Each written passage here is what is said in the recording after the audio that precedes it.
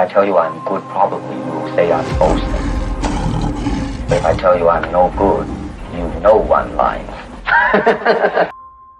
Yo, what's good, Boxing Talk family? It's your boy, Dr. Boxing Talk, back for another YouTube video. Banger, man. Yes, sir. Yes, man. Remember what time it is? The doctor's in the house, man. So check this out.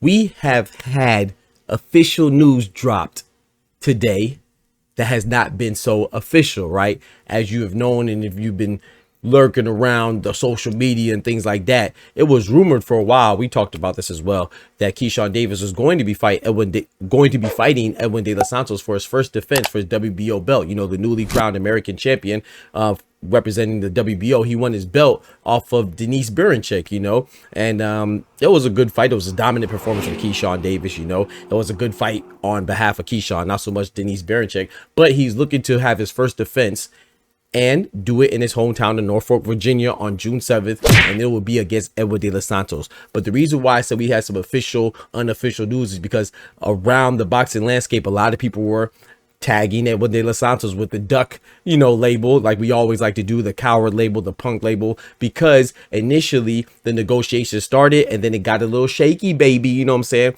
And with the rumors saying that Edwin De Los Santos was pulling out due to financial complications, you know, well, let's be honest, it was fine. He said that he wasn't happy with the money that he was offered. So, you know, naturally for them, not for us, you know, because I think it's very unbecoming of a man to be pocket watching. Don't speak on how they pay you, because pocket watching us men shouldn't do, and that's just by nature. But thank you. But naturally, a lot of people around the boxing landscape did what they like to do best, and that's try to dictate how much money people are worth, you know what I'm saying? Try to dictate other people's value, self-valuation, and determine how much money that they deserve during their bout. And these people can't even determine how much money that they deserve at their own jobs, but they want to try to tell some other people how much money that they deserve. And I said, this is why you rock with this channel. I said, man, Edwin De Los Santos, I'm not going to call him a duck. I'm not going to call him a coward. I'm not going to say that he's trying to get too much money that he deserves, more money that he deserves, because I'm not at the negotiation table. And that's why they're called negotiations in the first place, is because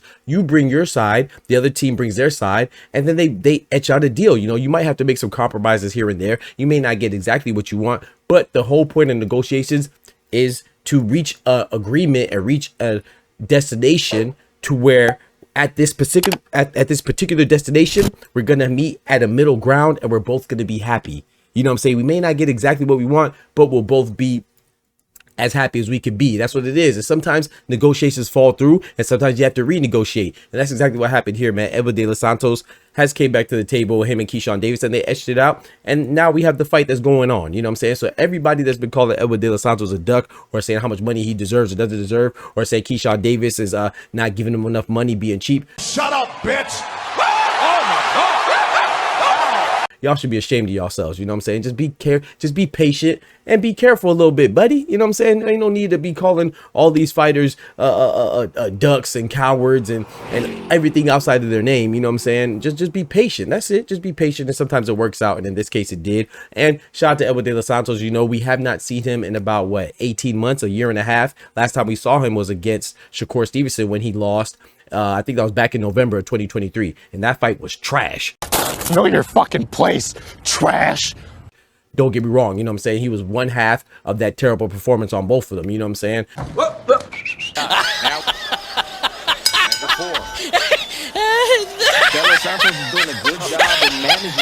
But with De Los Santos, that was only 1 or 2 losses. He's a good fighter, man. I think he's a formidable fighter. His other loss came to William Foster, you know, William Foster III. And so other than that, he's a pretty decent fighter. I think this is a good opponent for your first defense if you're Keyshawn Davis. And I think it's pretty safe to say that Edwin De Los Santos' most notable win was against the former champion in Jose Rayo Valenzuela. He stopped him. So that's probably his most famous win, the highlight of his career. And I think that he's going to bring that to the table against Keyshawn. It's going to be a nice little engagement, a firefight. And he's a big puncher, so it's not a walk in the park. You know, he is coming off of a layoff and a slight injury that he's recovered from. But I think this is a great fight, man. I love it for a first title defense for the young Keyshawn. He is a champion, but he's still a young fighter. He has a lot more progression to be had in the near future. And I think that this is going to be part of his career development, man. So I'm looking forward to it, man. June 7th, Norfolk, Virginia.